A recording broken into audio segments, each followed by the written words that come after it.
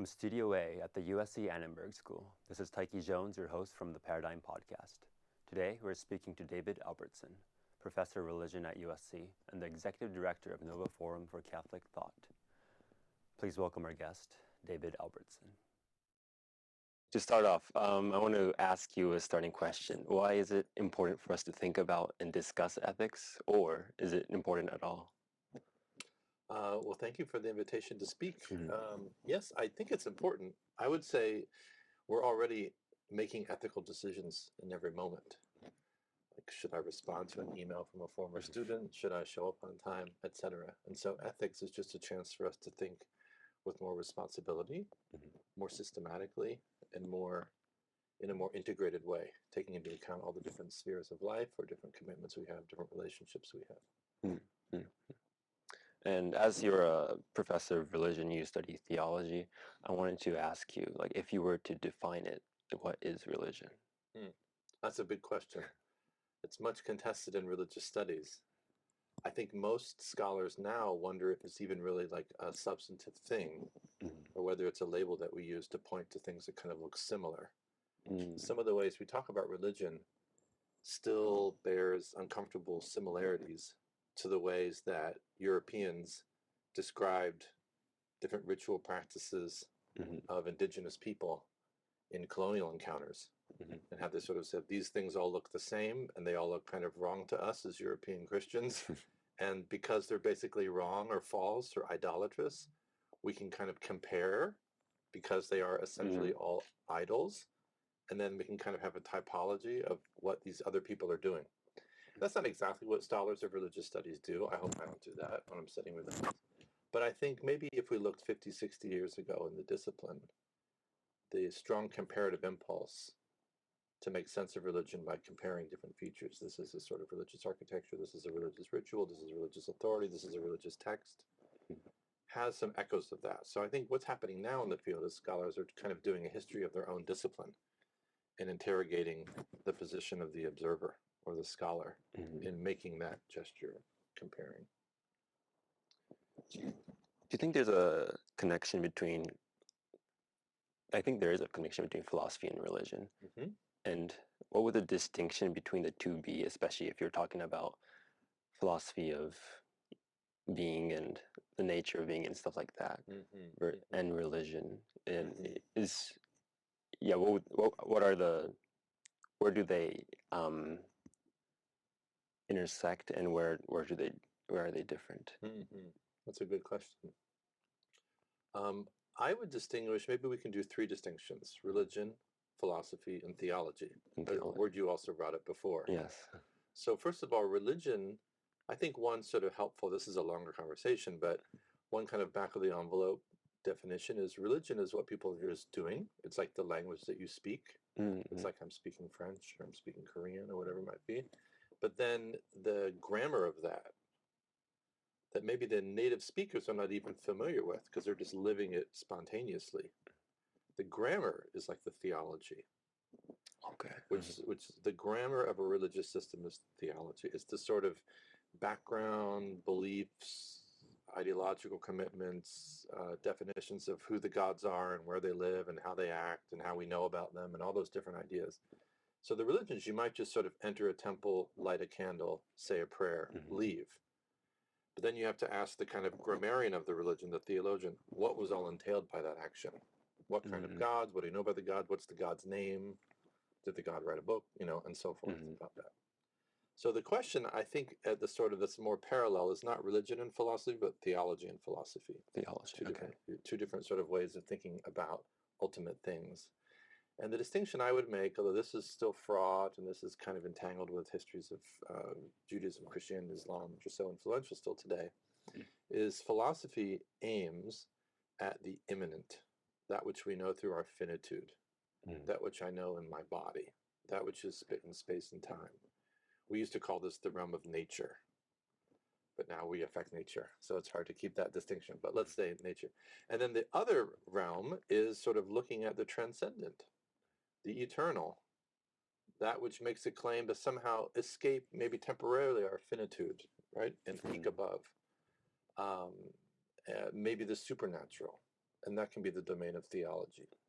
Theological traditions, that when we look at them, much like philosophical traditions, they have to be sustained over time, developed. They're matters of interpretation. They're matters of looking at texts or looking at images and constructing new meanings over time. So they can both be kind of bodies of humanistic tradition, I think, in a similar way, philosophy and theology. That's why we juxtapose them. Mm.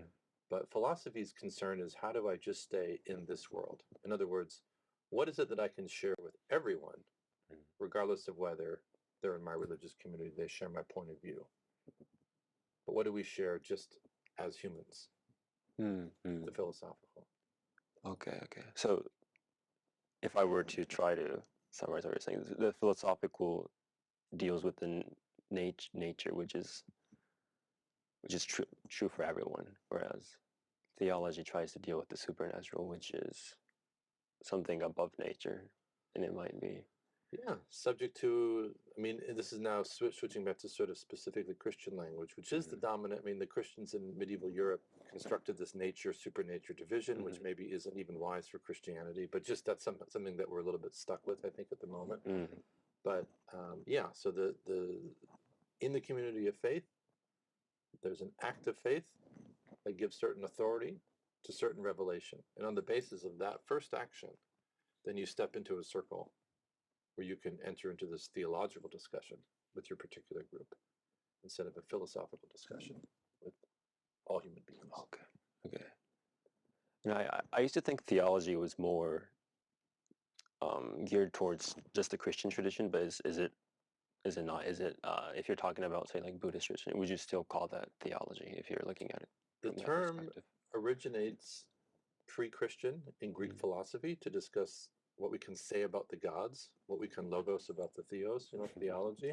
Oh, okay. And so that's a pre-Christian, but it is early Christianity among the Greek intellectuals, Latin intellectuals that systematize that make it a kind of prestigious intellectual activity. And now today, some people do, of course, say Jewish theology, Islamic theology. Some people even say Buddhology or Buddhist theology.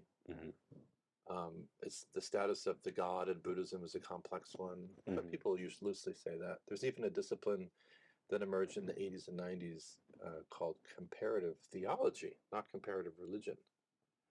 But for example, what do the Hindus say about a female deity, and how does that compare to what Christians say about Mary's divine nature?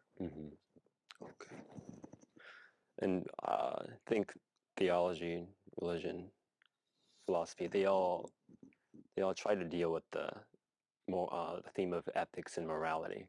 And one thing I've been thinking about is the meanings of the words ethics and morality. I have the feeling that ethics has more of it's given by an authority and it's true for everyone type of meaning, whereas morality is more of a subjective view of the world.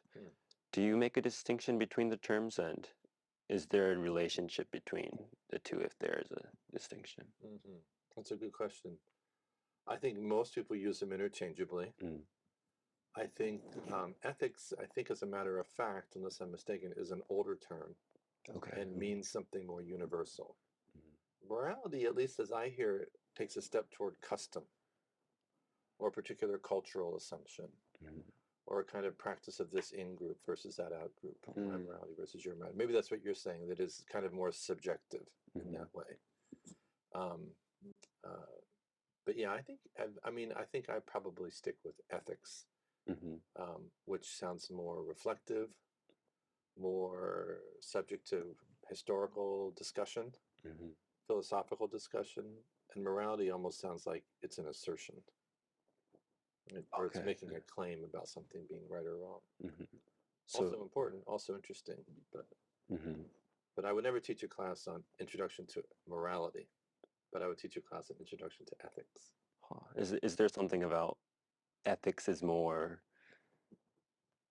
like available for discussion compared to morality? Is morality just like? I think so, and that goes back to the Greek use. Like, the reason, if you remember, we have the word ethics, and we say it with the plural s, just like we say physics, like we say mathematics. That's because this is the way that the Greek substantive was constructed. So that's usually a sign that these are sort of very old disciplines. In other words, they're viewed as something that's philosophical and open to all. Something to be studied. Oh, okay. Yeah, and we were talking about nature in the supernatural a little bit ago, and in your book, Without Nature, well, you edited it with, is it Cabell King? Cabell King. I'm pronouncing that right? Yes.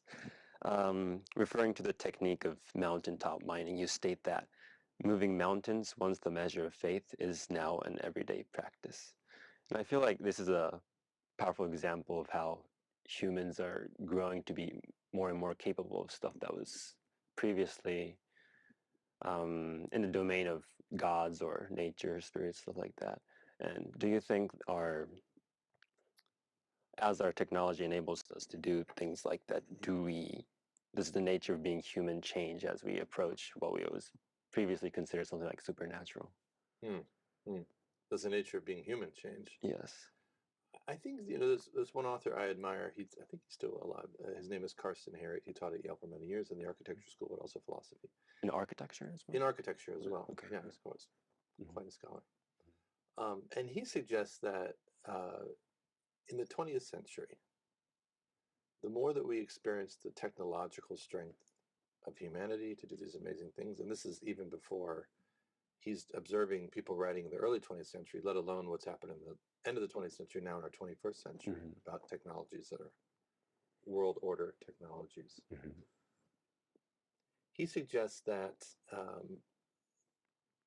there's a kind of dialectical or complex or recursive or counter effect that happens. It's not just that we get bigger and bigger views of the cosmos, but as we have the ability to have bigger and bigger views of the cosmos or influence on the cosmos with our technology, in a way it kind of reverses back to looking at ourselves. And we're asking even more, who are we, this humanity, who has this sort of technological ability, for good or for ill, to incite kind of biological problems back upon ourselves, or to cause climate change, or to cause nuclear war, or not only just good technology. So I find that very interesting. He says it's as if we shifted from the old geocentric Earth is the center of the universe model, the Ptolemaic universe. And then it was a big deal when we realized, no, the sun is the center of the universe, not us. There's a big cosmos out there. But this author, Harry, says, in a way, to live in the late 20th century, the early 21st century, is to shift kind of, not really, but sort of spiritually, back to a geocentrism. Like, who are we, these human beings? So that the more we learn about it, the more it kind of rebounds back onto anthropological questions about what does it mean to be a human, the human who can start to mess with the sun. I saw there's a new, in the newspaper today, there's a new report about a possible climate change mitigation technology in which you send up a satellite far enough away that it can make a solar, like a block of the sun. Oh, wow, okay. To cast a continent-wide shadow to reduce climate temperatures. So now we're sort of, intervening between the sun and Earth. So it's like artificial nighttime. Artificial shade. It's like a car shade for your car, but it's for the planet. If you put it far enough away, then the physics works, to cast a shadow. That also raises questions about who we are, not just about the cosmos, right? About technology. Yeah, because we're not there yet, but people started to think about like colonizing Mars and all that. And in that process, they used the term, what's it called? I forgot what it's called. We're trying to make Mars like Earth. So like changing the entire ecosystem, everything. That it sounds just like a creation myth, like your God trying to make a ecosystem, a whole planet. And, Or like, colonialism, where we need to build a cathedral that looks like our cathedrals here in the North American continent. We have to sort of import our whole ship of civilization, so-called, into this new place. And in Mars, change the soil, change the water, change everything to make it like a new plantation for ourselves. It's a bit of a bizarre question, but if we were ever to, if we as in humanity ever meets an outside, like an extraterrestrial, an alien species, do you think that'll significantly changed the way we view ourselves? And I would assume so. yeah. Yes. From our cinematic imaginations, Mhm. we wouldn't have a lot of time to sort all that out, right? Because it usually bodes ill for humankind. But I'm sure it would. And more interestingly, too, I mean, of course, it would change ourselves, but it might also change, I mean, I'm sure it would also change people's religious ideas Mhm. about the uniqueness of humankind, the Mhm. uniqueness of human life. Mhm. Not a new question. I study a text from the 15th century where they're Okay. just assuming that there's life on other planets. And Mhm. God, this is a Renaissance Christian text. God is in charge of that planet too. He sort of shrugs and moves on. They might have a slightly different Bible or something like that. Yeah. Good question. Really? Huh. And yeah, as we talk about technology, I think there's, like, as humans live, there's two modes of progress we could strive for. One is technological progress, enhancing what humans can do, engineering, the technological quest to expand our capabilities. And there's also the moral or ethical. Actually, I wouldn't know which term to use there, but the moral quest, I would say, to live the good life. And do you think there's a relationship between the two, or do you think is society too focused on one versus the other? And yeah, what do you think is the relationship between the between technology and living the good life. Yeah, I think probably we can all agree. I would think that we've invested a little more on the technology side, and we could use some reflection on the good life as well. Like, what is this? I was reading also in the newspaper. I guess I read the news a lot, but there's a movement of like dry January. What is it? Dry January. Dry Don't drink January. alcohol for Oh, January okay. to recover from the holidays. But there's also flip phone February. Okay. You give up your smartphone for the month of February to have time to smell the flowers, or to think, or to journal, or to read, or whatever else one would do with more time. So I think there's certainly room for that. I mean, I know that in myself at least too, for sure.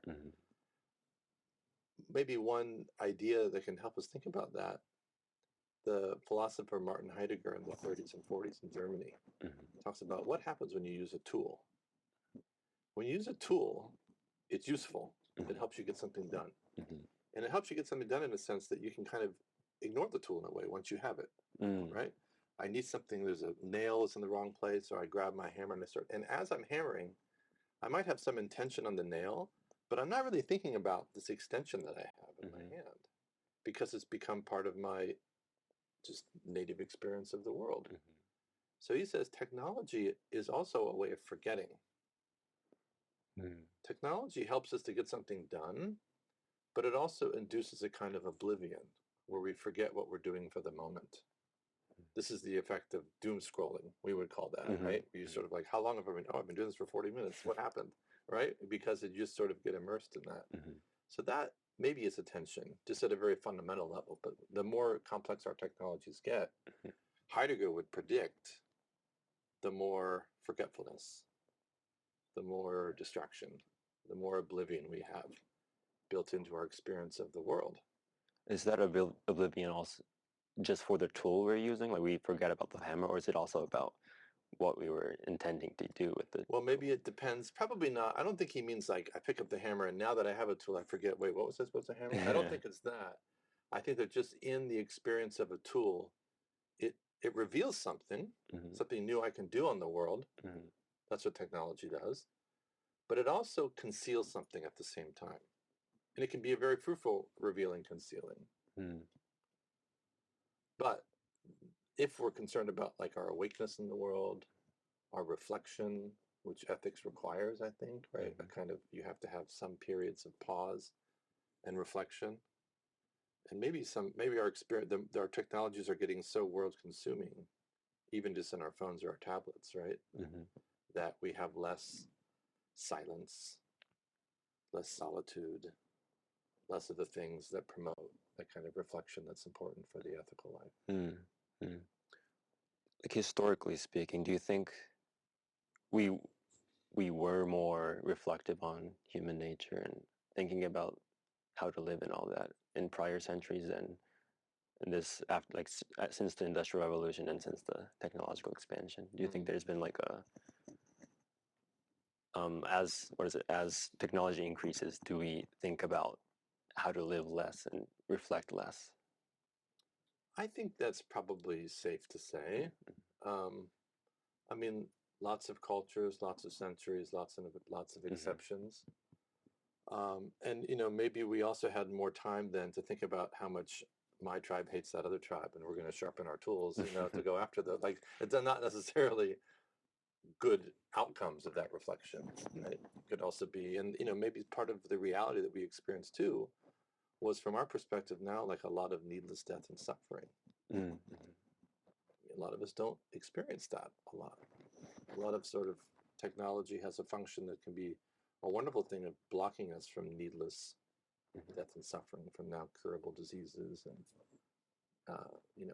easily prevented health measures with hygiene in the hospitals and things like that even 200 years we would have struggled to put together. So that might block our immediate experience of some parts of nature that we're happy to not acquaint ourselves with. But then that also maybe has, others have said too, like a kind of flattening of experience. If you're not immediately familiar with death recently, or childbirth, or age and disease, does that diminish what you perceive in the texture of your everyday life? Right? Does that, it must change it. Whether it changes it for good or bad, that's not for me to say, but there must be a change there. I kind of want to go back to religion and ideas there. Do you think, is there like a human drive to believe in something? And this might be more of a psychological question, but do you think there are specific instincts that compel us towards religion? What you were just saying kind of reminded me of the Marxist critique of religion as the opioid of the masses, and how living through a really hard life compels you to believe in something, some grand afterlife that's like a paradise. Do you think, what kind of instincts or drives do you think compel people to believe in religion? And I personally don't think of religion as a bad force, although it could be when it gets dogmatic. Do you think those drives are essential to humanity? Is it something that makes up humans? Is it something that makes humans humans? I'm not going to speculate on what's essential to the human, because then we start to classify people in groups who are more and less human, which probably religion should stop doing that, right? That we can all agree about that. I would distinguish, I think you said two valuable things there, if I can just reflect this back. One of them is that religions do sometimes operate, I think even religious people would have to agree about this, that there are kind of social functions of the religion where it provides a certain material benefit or ideological benefit or a kind of therapy on an individual or a group, that there's some sort of, this is Marx's observation, if there's some sort of a social problem, religion often appears as a solution to that, which is both, as Marx says, kind of good, because these are people in need of a therapy, he says, but also kind of bad, because it blocks us from perceiving the problem, the social problem underlying that, and what would be a solution for them materially, in their bodies, in their lives, in their economy, in their pocketbooks, in their labor, right? On the other side, you also said there could be an impulse for religion that comes out of our experience of our humanity, right? Of being in our bodies, of being in space and time, of facing the not near certainty, but absolute certainty of my eventual demise, facing my death, facing my loves, right? My hopes, my desires, my sort of sense of self.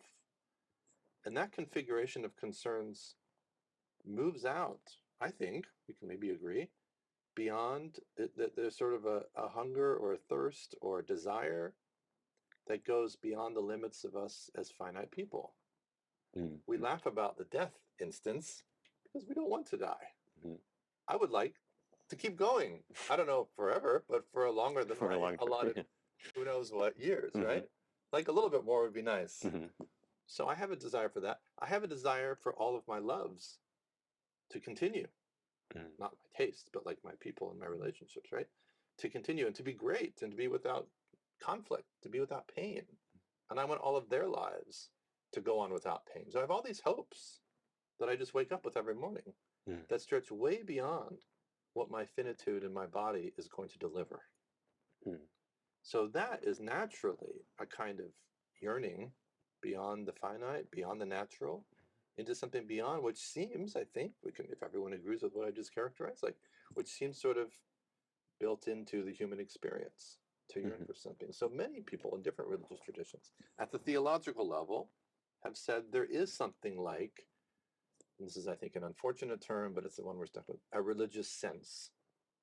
A religious sense. There is a kind, and that's linked to death and to desire and to love and to hope and to justice and all these things that we know are not going to be ever concluded neatly within our finite lives. Mhm. But there is that sort of desire. And, one of the classic formulations is the 4th century African Christian theologian, Augustine of Hippo.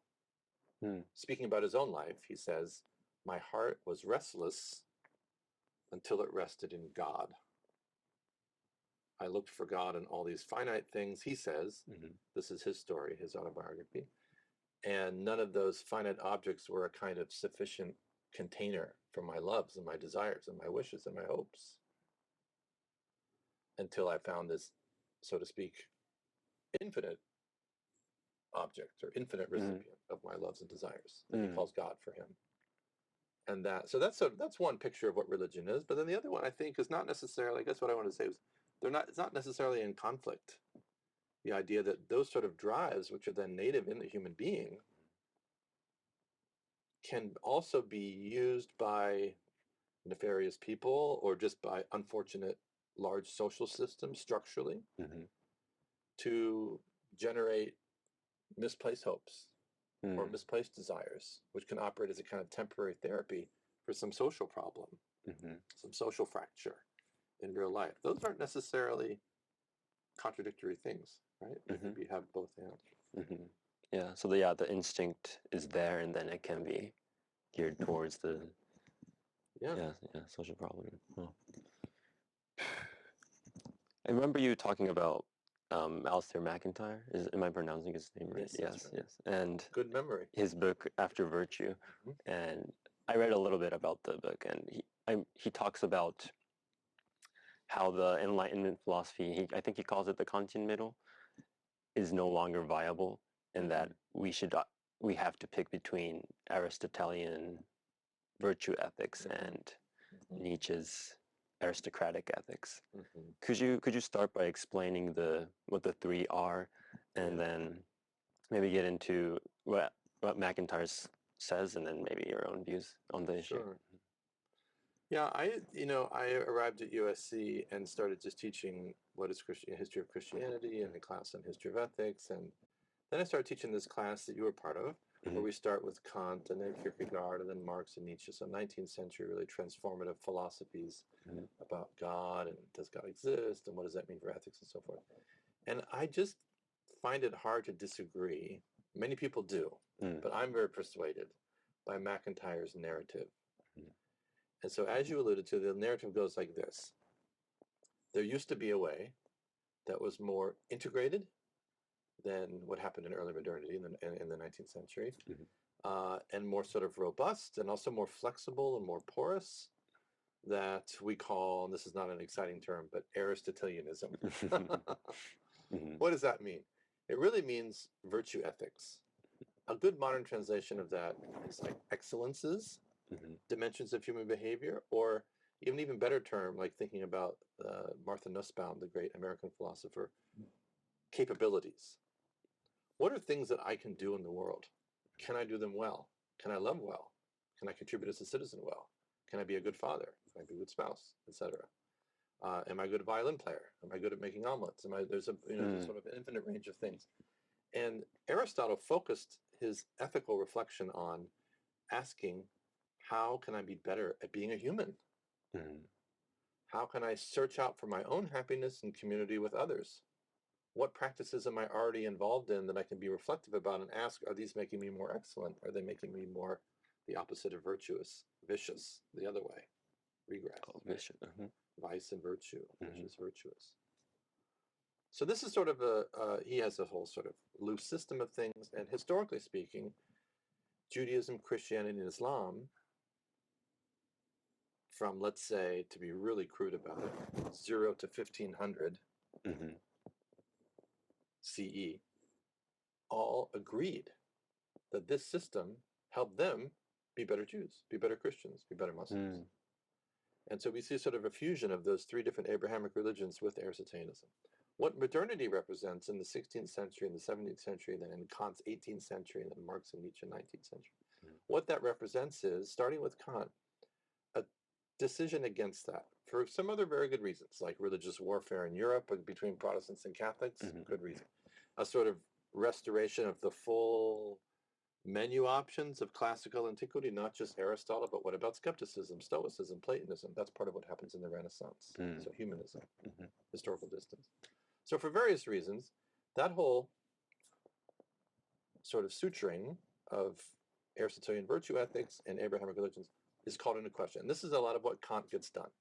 So Immanuel Kant, the great German Enlightenment philosopher, says, we can't know about that kind of happiness. That's a terrible idea. We don't have a happiness sense, you know? So you're going to have a bunch of people making guesses about their happiness and then telling you what you ought to do to become more virtuous on the inside. What a terrible plan. You should just do the good that you know everyone ought to do if they were in that situation. In other words, you have a sort of fixed, categorical, imperative, moral rule. This is where the term morality comes up, where you can follow that rule all the time, impersonally. So it's kind of long story short, it's the opposite of Aristotelianism. MacIntyre says, that sounds like a good idea, but it's very unstable, and it doesn't work as well as it seems when you look under the hood, you know? And so Nietzsche is the one who is not a nihilist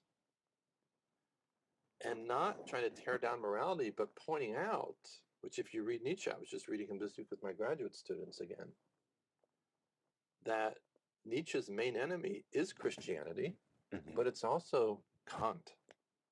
He thinks Immanuel Kant's modern moralism is sort of the worst part of Christianity packaged into an apparently secular package. But it's actually just like a lie stacked on top of a lie, stacked on top of a lie.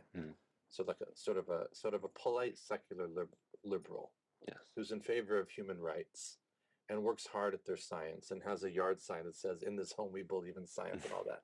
That's the person Nietzsche has the least patience for. He's like, at least the Christians are honest in their self-deception, you know?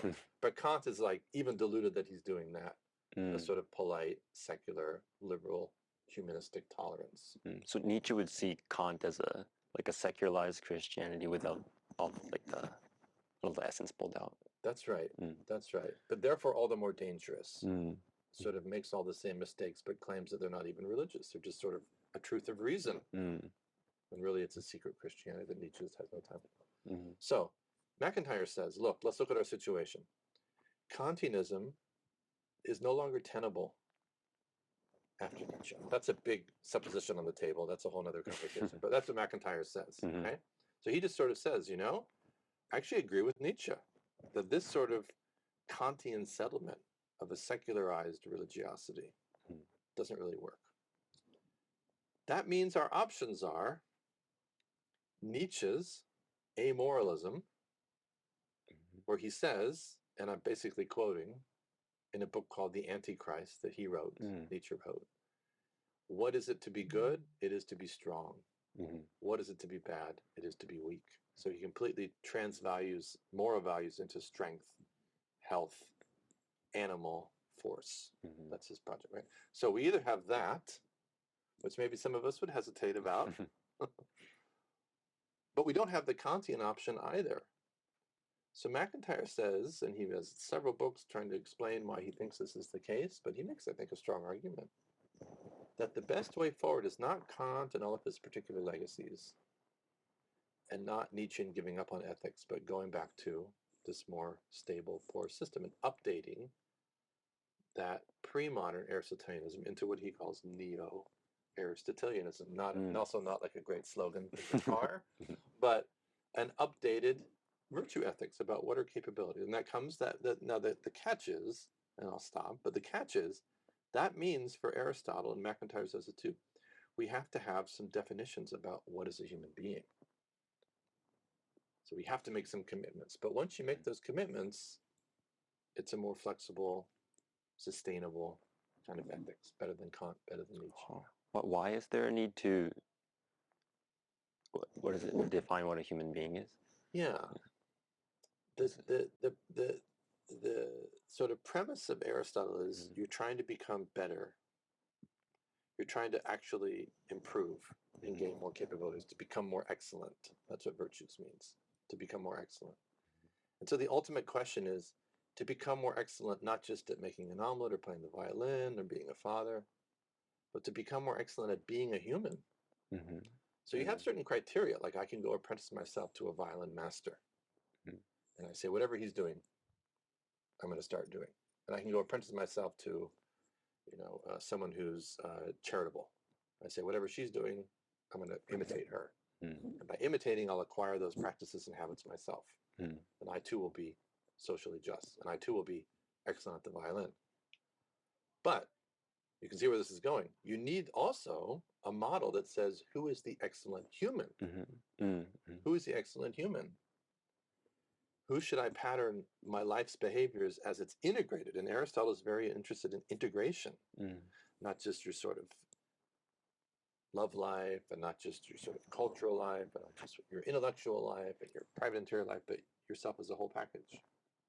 So how do I progress in becoming more excellent as that whole package? And what are the models that I look toward to do so? Religions here say we've got some answers. There's a hero of faith. There's a saint. There's the life of Jesus. There's the example of Muhammad, the writings of the prophet, and so forth. Whatever. There's a lot of different kind of options and levels you can engage there. But religions are very comfortable positing that. This is the catch for MacIntyre now: is where do we find those models? For him and for me, it's Catholic Christianity. So I agree with him on that. Maybe because we're in the same, but for others, they might have different ones. And then we have questions about conflict and the commensurability of these different ethical visions, and can we all get along? Because that was one of the reasons why people left this view in the 16th, 17th century, was because of religious warfare. So how do we hold on to the wisdom of that view of human capabilities and excellences and models and habits and practices from Aristotle, but also sort out the question of disagreements on fundamental suppositions about what is it to be a human? That's where the conversation is now in this field. What is the difference between the old Aristotelian ethics and what MacIntyre calls neo-Aristotelianism? Is there It's recognizing that Aristotle doesn't just if you're reading Aristotle, let's say, there was a great period in the 12th century. This is not news, but in Spain, where Jews and Christians and Muslims were all reading Aristotle together, almost literally around the same table, reflecting with some peace about, well, we read it this way, but that's a good reading, and they're sort of learning from each other. When they're reading in that sort of ideal case, 12th century Spain, they're thinking of Aristotle as right there, right next to them, no historical distance, right? As if he's a fourth person at the table. For us today, we can't do that. We see that Aristotle is received, modified, changed. There's Aristotelianisms. There's Christian versions. There's sort of multiple Christian versions. They get added to. There's blind spots in Aristotle, like what he says about women and about slaves and about barbarians that we have to adapt. MacIntyre writes a whole book on what about disability ethics in Aristotle, for example, a question that could never have come to his mind. He was still working on sort of women, let alone human beings who have radically different physical abilities. What happens to the definition of the human there? So MacIntyre's project is we need to be a little realistic. And that's what neo-Aristotelian means, is that there is distance and that we have to do some extra work to amplify, to expand, but kind of start from the basic coordinates, start from the basic palette of colors, but be creative in building something new after Nietzsche, after Marx. So responding to what? Responding to that whole chapter that happened, right? from the 17th to the 20th centuries and saying, Nietzsche has some good points. So how do we modify Aristotle's vision to incorporate that? MacIntyre says the importance is building up a tradition. Building up a tradition means it starts like this, and then it sees something valuable here, and so it incorporates that, and then it grows bigger. Not like an amoeba feeding on things, but a little bit, that it incorporates something good. He says healthy and strong traditions are able to learn things from elements outside of them, and then to weave them into the inside, and then grow even greater in their ability to describe and explain. That's what traditions do. And that's specifically what, in his imagination, the Christian tradition did in absorbing, or the Muslim tradition, Islamic tradition did in absorbing Aristotle in. That's what that sutra was that I went like this before. But it's bringing inside and saying we can modify and expand the Aristotelian tradition. But that notion of ethics being traditional reflection on what you're already doing in practice is very valuable. And MacIntyre wants to sort of grow the amoeba bigger. What was, like, I think my image of Christianity is very similar to, I mean, it embodied, what is it? It's, my image of Christianity is after it integrated Aristotelian ethics. What was Christianity like before, do you know? Yeah, I mean, that event doesn't occur in Christianity until the medieval Christians are able to access Aristotle. Aristotle, there was a couple of small exceptions, but basically the bulk of Aristotle's philosophy was lost to Christian antiquity and even the early Christian Middle Ages. And then there's a very specific event where Arabic translations from the Greek were rediscovered, translated into Latin, and then brought into the European universities. And the Christians thought, what is this?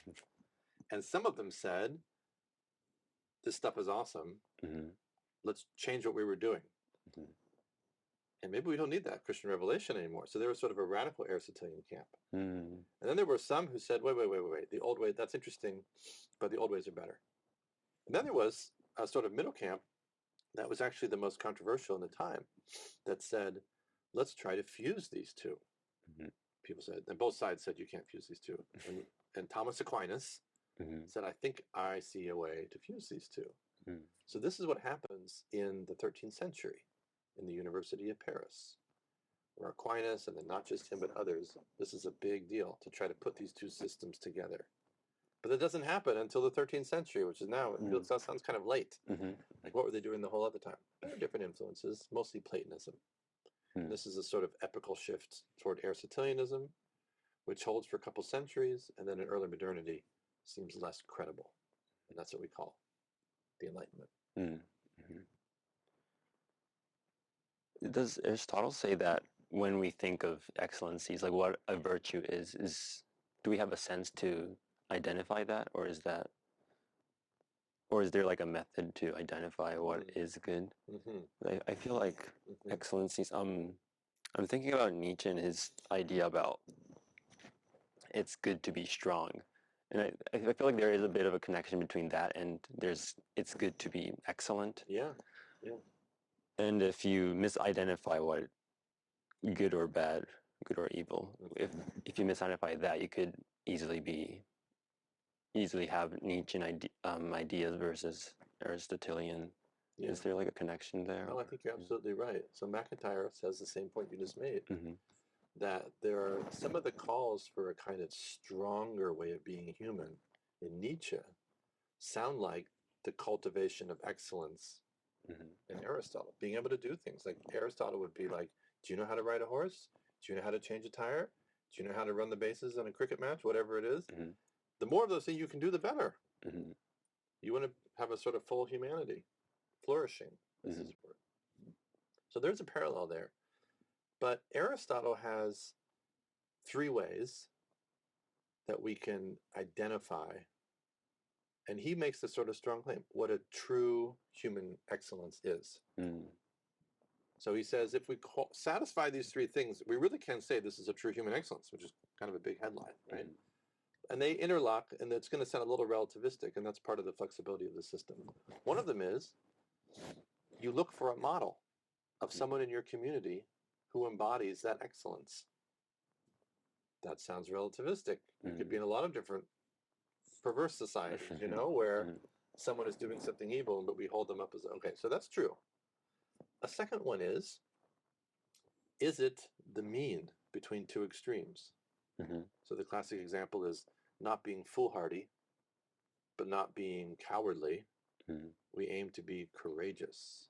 And courage is very hard to maintain because you can slip into too much or too little. But it's like walking on a knife edge, right? But that's what the excellence is. So it's always a mean between extremes, right? Aristotle would say not being a teetotaler, no alcohol, and obviously not having problems with alcohol, having just the right amount of alcohol on the edge, right? So like in all domains of human life, there is that mean. So my moral exemplar, the person who's my guide, whose practices I can imitate and then acquire them, my own habits, the mean. And then the third one is, as you get better at something, you develop your own kind of taste for what the excellent thing would be in that situation. If you've hosted several podcasts, then by the time you get to your 100th podcast, you're like, I don't need any moral exemplars anymore. I just kind of do it, and whatever I do, that is what a good podcast is, because now it's inside. You develop a sense, yeah. You develop that taste, and he calls that prudence. So it's a kind of judgment. It's more like a taste. You don't even think about it that much. You just kind of know what to do. It's so much a part of you. So those three things, Aristotle says, are sufficient to help us say that is a true human excellence. Nietzsche is not a big fan of prudence. Nietzsche doesn't want to have any moral exemplars. He's just on his own as the new humanity, the overman, the overman, the superman. And Nietzsche is not as interested in moderation, which sounds like self-restraint. He's always very suspicious of when we restrain our drives and desires. He says, why are you doing that? Why do you have that asceticism? Why are you restraining yourself? Why do you say no to yourself?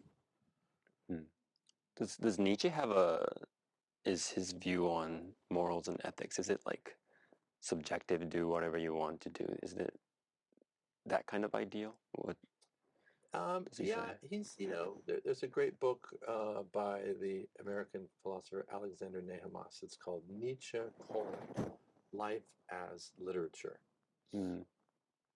Maybe Life as Art would be a better title. But Nietzsche has this idea that the proper way to live is like you're making a painting. No one says that blue is false. That red is too indulgent. You just say, I make the painting, and it's just a sort of pure expression of a drive, of a project, of a vision. There's no kind of ethical, it's like a category mistake, right? To say, did I make a virtuous painting? Did I make a good painting? Did I make a morally pure painting?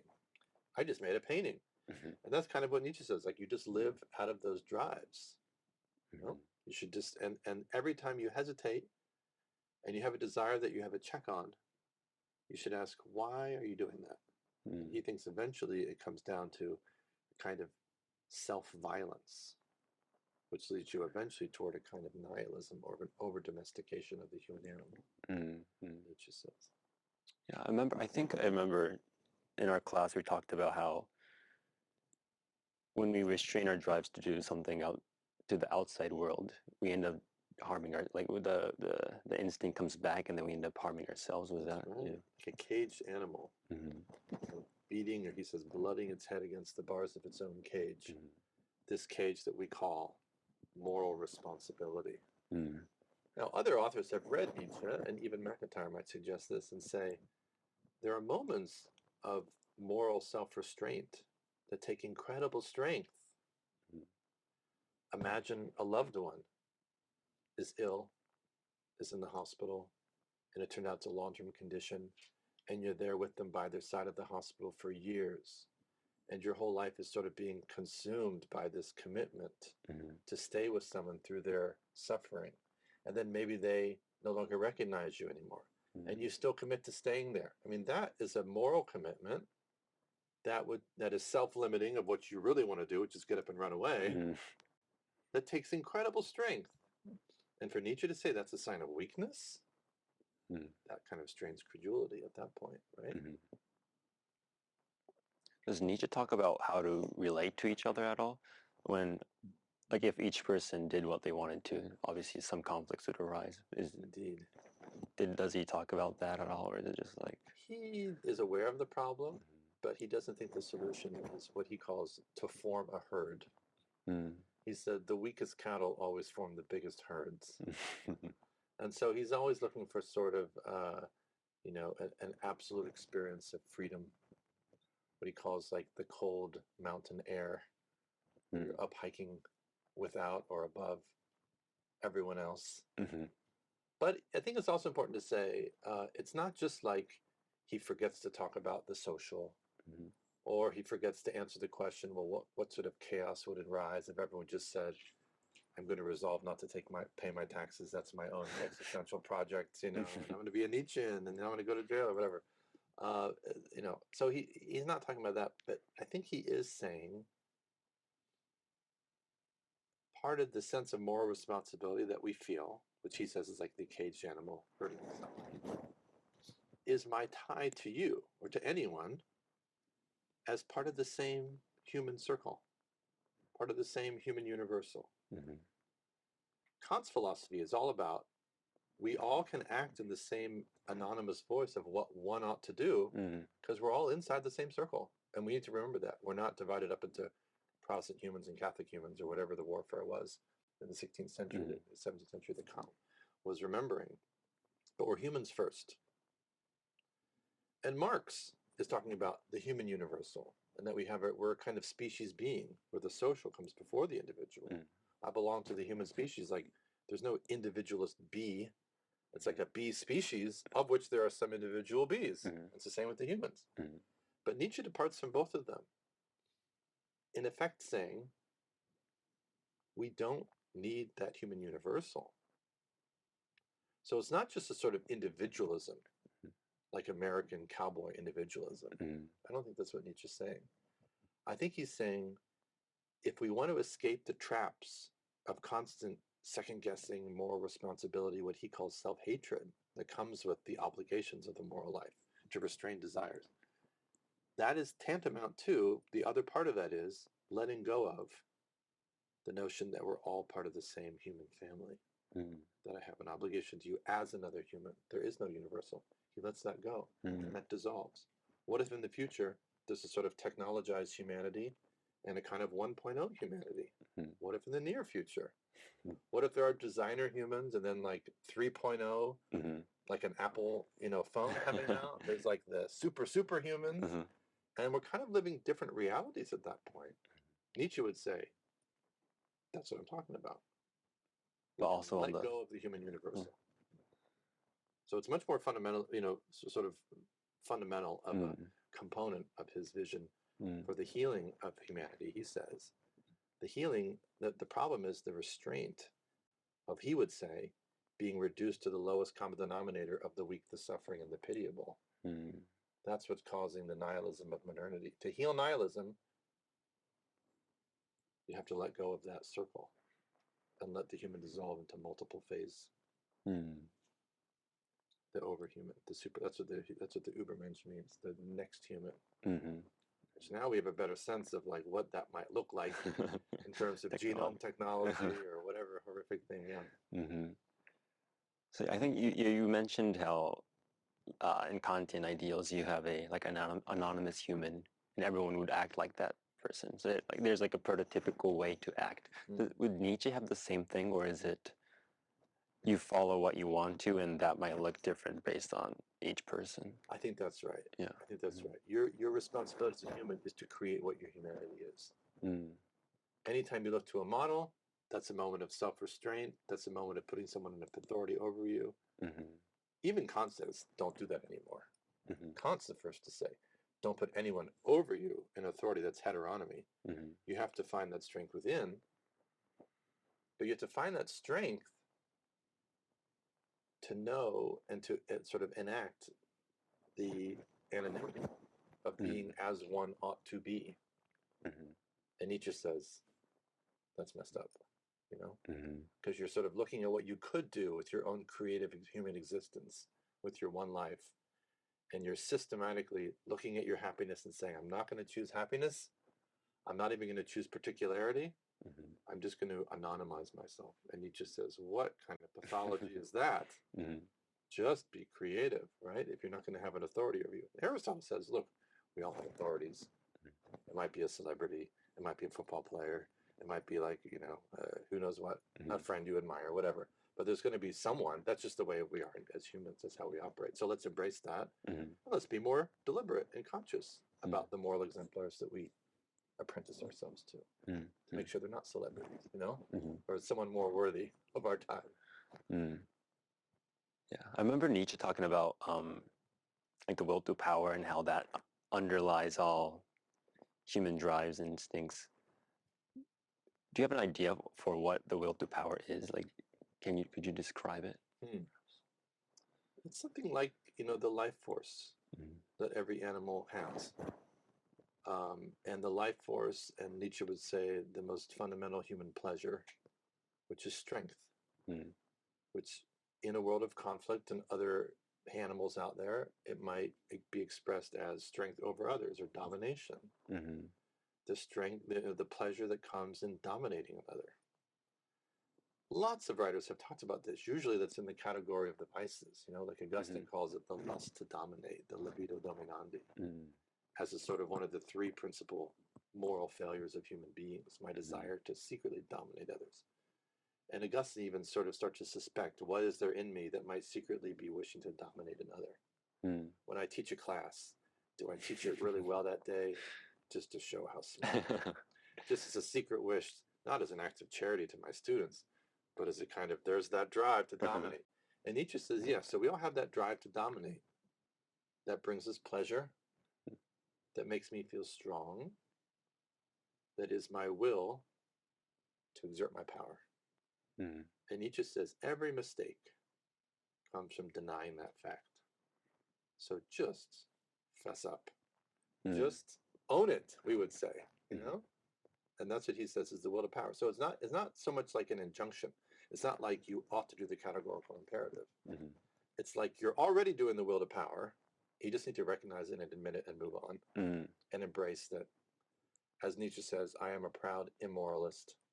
That's who I am. We should just embrace that. The problems come from denying it, according to him. I disagree, but that's what Nietzsche says. I think the problem there that I see is if you follow those drives that you want to dominate others will do that too, and then you might end up losing. You might. Does Nietzsche talk about that at all? Like that is a real risk. But he says that's what it means to be alive. You don't say, well, I'm just not going to play the football game then. I might lose. No thanks, I'm not going to show up. I'm just going to stay at home. Nietzsche would say, we would say, what kind of a life is that? You have to have the risk. It's the risk of being defeated that makes all your victories all the sweeter. That's what the will to power is all about. Interesting. Okay. Okay. Oh yeah, and also, as we were talking about Nietzsche, and then we were also talking about religion, I was interested in the idea of the death of God. God is dead. God remains dead, and we have killed him. What does that? I feel like the quote is often, it might be misunderstood. So I wanted to hear what you had to say about that. Yeah. As a person who studied that a lot. Yeah, you're quoting from the Gay Science. Yes. that passage about the madman who comes down, and all the people kind of laugh at the man who says, God is dead. We have killed him. And, you don't all quite recognize what you have done. It's as if we've blotted out the sun. We modern Europeans. And in Nietzsche's telling of that anecdote, of that story that he makes up, the people who hear the message start to laugh and kind of like, who's this crazy person? And they kind of mock it like, oh, is God on vacation? Is that what you mean? He'll be back soon. Maybe he'll send you a postcard. They're sort of making fun of it. And then the madman says, my time has come too soon. Or, I have come too soon. My time is not yet. And he goes back into the forest. Okay, that's the little story. What does that mean? I think it's clarified in some other things Nietzsche says in this other book, The Genealogy of Morality. And in that book, he says, long after we've stopped believing in God, we will still believe in truth. But if God is dead, it doesn't just mean that religion is over, or that more and more people every year in the United States are disaffiliating from traditional religion, especially Christianity. It doesn't mean, it's not sort of a sociological observation at all. He's not saying, like, God is dead, religion's in decline. He's not saying that. He's saying that, but the much bigger consequence is we've lost lots of other things too. Most of all, we've lost a sense of truth. That every truth, I mean, do we have this sense today that when someone says, no, this is true, I mean it, part of you might hear it, or maybe this is just me being like a skeptical personality, I don't know. But maybe in a skeptical mood, you might say, any claim to truth is just your position, your perspective, your power. In fact, if I agree with what you claim to be true, I am just basically losing the struggle of wills because I'm letting your truth, and we say that now, right? That's a recent invention. That's your truth, but I've got my, what does that mean? We don't have truth. If you have your truth and I have my truth and they're different truths, do we have truth? That's interesting. Not in That's the old interesting. sense, right? In other words, you're saying your truth. What you really mean is your power, your will to power. And Nietzsche is there, like, everyone, let's just admit it, right? In other words, it's not just truth. Nietzsche says every claim of truth is a will to truth. Just like a will to power, they're kind of the same thing. If truth is only another expression of the will to power, we have no truth. If truth is localized in just me, and you have yours, someone else has hers, she has hers, then we're just talking about power, not truth. So Nietzsche says the death of God entails that, or we can't even agree about what's really going on in a world. We can't trust news reports. Maybe it's been generated by AI. We can't trust, anything that we hear from a supposedly objective reporter, because now it might be part of a conspiracy, right? So conspiracy thinking is the sort of symptom of this, of a fracturing of a social truth. We live in different realities. I've been consuming news for 10 years. It's telling me one narrative, and you've been doing the same of a different narrative. We're in different universes now, etc. So that sort of, I think that's the, religion aside for the moment, that is a part of Nietzsche's kind of prophecy, that the death of God means the death of truth, that we might be feeling a little bit. Maybe also the churches are empty, and some of the different religious institutions are becoming less credible. But that might be more of a symptom, And I remember when I read that, the Madman, it seemed like, it seemed like at least the Madman was very, like appalled at at the death of God, and was being like scared of what the future may hold, in a sense. Does Nietzsche himself hold that view? Like, does he, like, he's a very harsh critic of Christianity. So I think it's very interesting that when he wrote The Death of God, it wasn't something triumphant. It was more like that's right. a bad prophecy. I think you're right that a lot of people assume that Nietzsche has sort of got his pom-poms out and telling everyone God is dead, and it's like, good news. I'm here to share this good news with you. It's not exactly that. I think he fears the outworking. I think he feels like the madman, that his time has come too soon. But he's kind of looking ahead, so to speak. He is a kind of a prophet figure. He's looking ahead, and what he sees is not good, because he sees a long-term problem of the outworking of this slow-rolling death of God that we might lose some sort of humanity out of our grasp at the same time. And he wants everyone to kind of rush ahead and get through that messy intermediate phase where there's crises of like different idols dropping, science, truth, human rights, big important things, kind of all declining as sort of dominoes falling after the death of God. The death of God has happened, and he's seeing the dominoes like falling in front of him in slow motion. And he wants everyone to sort of quickly move beyond that and just get to where this destination is going, which is the next humanity, without any idols. He writes a book called The Twilight of the idols. Okay. Oh, Some that's of the idols he names. I was reading this week with my students also. He was naming things like the I, a strong sense of cause and effect, being versus becoming, just sort of big philosophical building blocks that he thinks are kind of proxy idols that used to be funded by the God concept. But now that God is dead, that's like another domino that's going to topple. And he wants us to hurry ahead and enter into this like wild animal humanity that doesn't hesitate, that just is like a lion that lives out of strength. Lives out of strength and not with all the second guessing. Does he see that intermediary period as like a bad thing, and like why would that be a? He thinks the intermediate period is what he's analyzing is happening in the 19th century, and he would say the next decades too, which he calls the period of nihilism, which he calls being sick of humanity, being tired of humanity, giving up on humanity, a feeling that we're here, we've overstayed our welcome on planet Earth. We're kind of tired of being ourselves. We've grown so caged and so over-domesticated and sort of so to speak, not literally, but figuratively, like inbred, that we can barely make our way through the world as these weak animals. And that's the problem of that period that we need to get through. Nihilism, meaninglessness. I remember his contrast to the Overman is the ultimate man. It sounds cool, but he's like the epitome of nihilism. Remember, is that like the last man? Yeah. That would be like the opposite of the strength. It'd be something like an over domesticated. That's right. Weak The way last of living. That's right.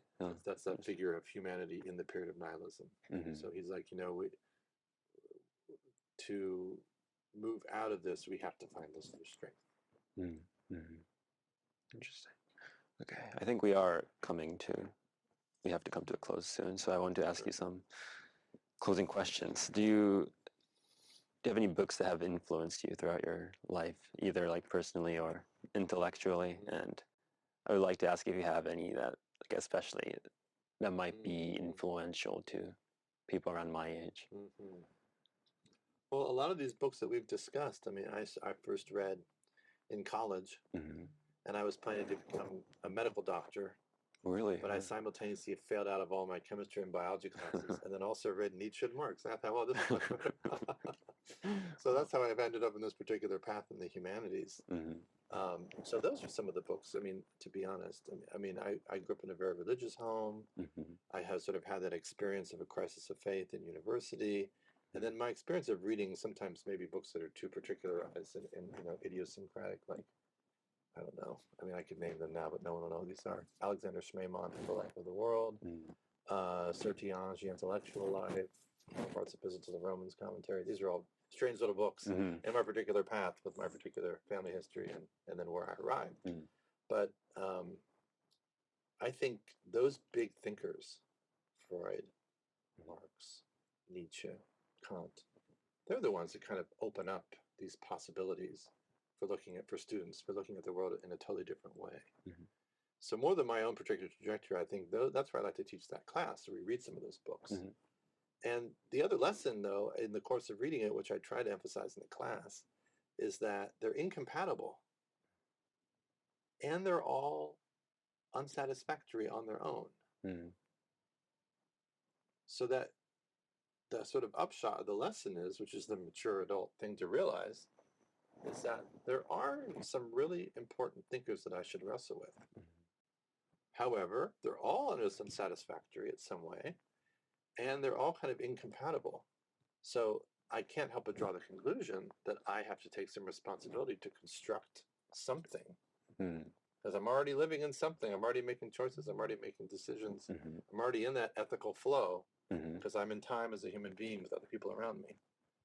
And so if I want to be reflective and to wrestle with these big thinkers, it also means that the next day after finishing those, I have some work on my plate to do, to reconstruct or to construct or to figure out, where was I? Did I come out of a particular family tradition? Am I interested in some religious tradition or another? Am I coming out of one? Am I heading toward one? Where am I exactly on my map? And how can these thinkers help me think about what it means to be in the present, kind of honestly? That's what I hope those would do for students. I think if there's one book I recommend it to a lot of students, it's kind of a meta book about why we read, how to read, what are we doing in the university, how is your university failing you in some regards, which I think, let's be honest, all universities do. And that book is called Excellent Sheep by William Deresiewicz. Excellent Sheep. Excellent Sheep. And it's about, and this is the student's name for themselves, he's not calling students sheep, but he quotes a student who says, I feel like at all these good universities, we've jumped through all the hoops, that's why we're here. You know, a student says in the book, I'm miserable and I'm at Yale. But if I were not so miserable, I wouldn't be at Yale, right? Because I worked so hard to get here. And I think all elite schools are like that. So here I am at this elite school. I'm excellent. But because I've worked so hard to get here, I haven't had a lot of extra time in high school or freshman year to figure out, where am I going? I've already spent a year. I've got 3 more left to go.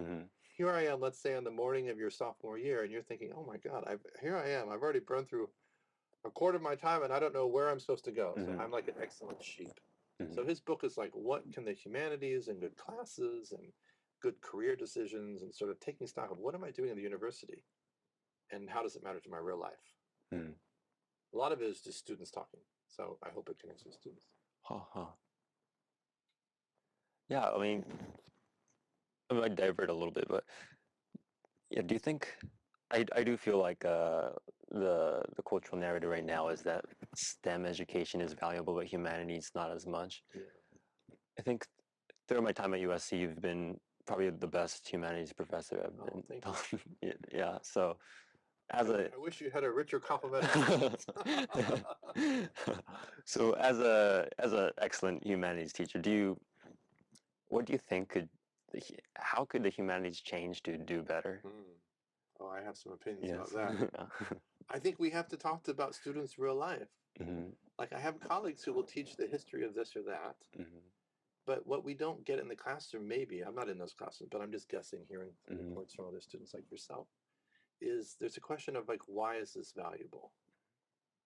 If I learned this chapter of this cultural history from this century, I learned it, it's more content.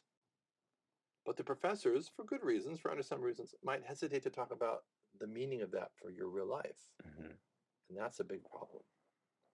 So I think we have to be more courageous as teachers and to sort of seek out any moment that feels arbitrary or forced or like extra work and just focus on what is relevant to our whole human life. Not that we can't talk about diverse subjects, but to recognize that we're not learning the humanities just as another kind of knowledge stone, you know? Like Nietzsche talks about opening up your head and putting in another rock and then closing it, you know? And maybe that's okay for like problem sets in math. You have to learn, so you have to be a better surgeon, you have to be a better engineer, the building can't fall down, you build and so forth. But in humanities classes, I hope we're not doing that. I hope we're doing something else, like Socrates says, of learning what we don't know, but also to focus on integration, by which I mean all these different parts of my life, my love life, my hopes for my future, my concerns politically, my feelings of inadequacy. Am I the only one that got admitted by accident? You know, every student's told me that, you know, things like that. And putting all of that together, like that integrated person is the one that faculty should be speaking to in the classroom, not just the person in the major getting this degree. Then that's like, why are we bothered? Just go into STEM, you know? Just do that, and, you know, take all your writing classes at the engineering school, things that they let you do, and don't do that, you know. But if we're going to do humanities, then we have to talk to the whole person. So I teach my favorite class is this other class in the fall that I teach in TO, which is about love and desire.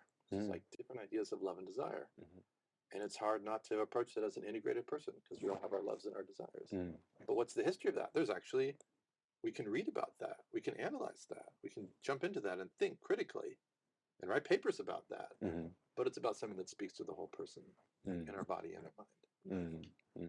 Yeah. So maybe the problem is that we try to teach the humanities as if it's the STEM. As if it's like a textbook. Yeah. It might not be Keep it literally a objective. textbook, Mm-hmm.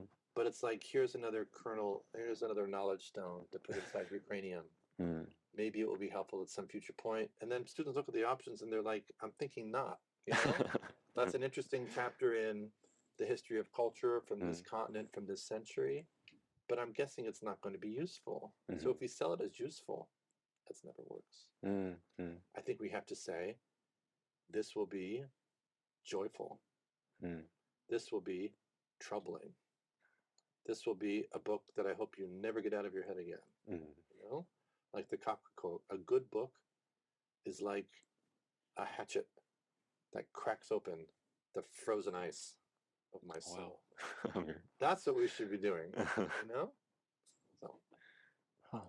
Great. Okay. So last question. Yeah, so in light of your extensive research, understanding of philosophy, theology, religion, what advice would you give to high school students and college students like me who are exploring their place in the world, seeking to understand the role of spirituality, religion, and ethical thought in their lives? I'm glad you gave me these questions in advance so I could think about it. I think I would want to say three things. Let's see if I can remember all of them now in a row.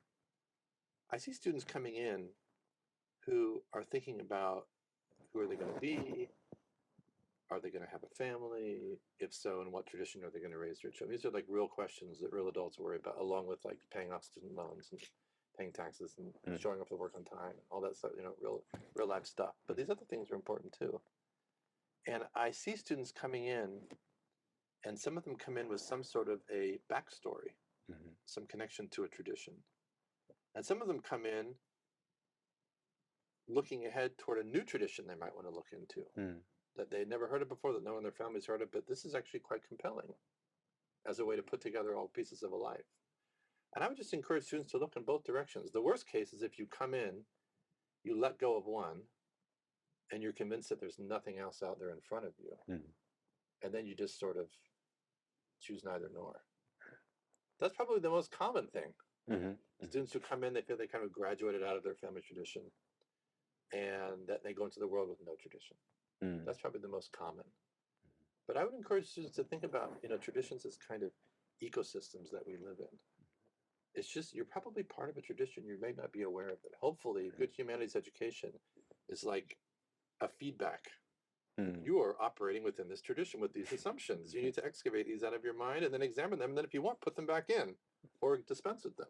But at least to kind of register, like going through a metal detector, like you have these commitments, you know, setting off the alarm. Oh, okay, I didn't know about that before. So I would say that. Be aware of where you're coming from. Do you want to retain it or not? Think about where you're going. Do you want to adopt something else? But just to sort of walk into the world, I don't know. People are free to do that without traditions, but probably assuming some other tradition, I think. So that's one bit of advice. The other one, like I said before, enough on that, is to think of your life as a whole. That's very important, I think. If there's some sort of train of interest or train of thought which is starting to introduce a division in your life, between your love life and your thinking life, for example, that's probably not good, I would say, because we're inevitably whole people. So look for integration is another clue. And then lastly, maybe obvious, but go practice something. It's not all a matter of reading and thinking, like as if you can solve these problems on your own at your desk or something like that, or you know, on your phone or something like that. Like you have to get out in the world, try a community, try a ritual you've never tried, visit a space you've never entered before, some sort of, I don't know, whatever, if it's a religious community or not. But I'd say, like, so try some things out with your feet and not just, you know, with the eyes. Well, thank you very much for coming and talking. I had a wonderful time. If you do it Thank again. you. Yeah. I did too. Thank you for the invitation. Thank you very much. From Studio A at the USC Annenberg School, this was Tyche Jones, your host from the Paradigm Podcast. You can find us on YouTube and Spotify. Thank you for listening.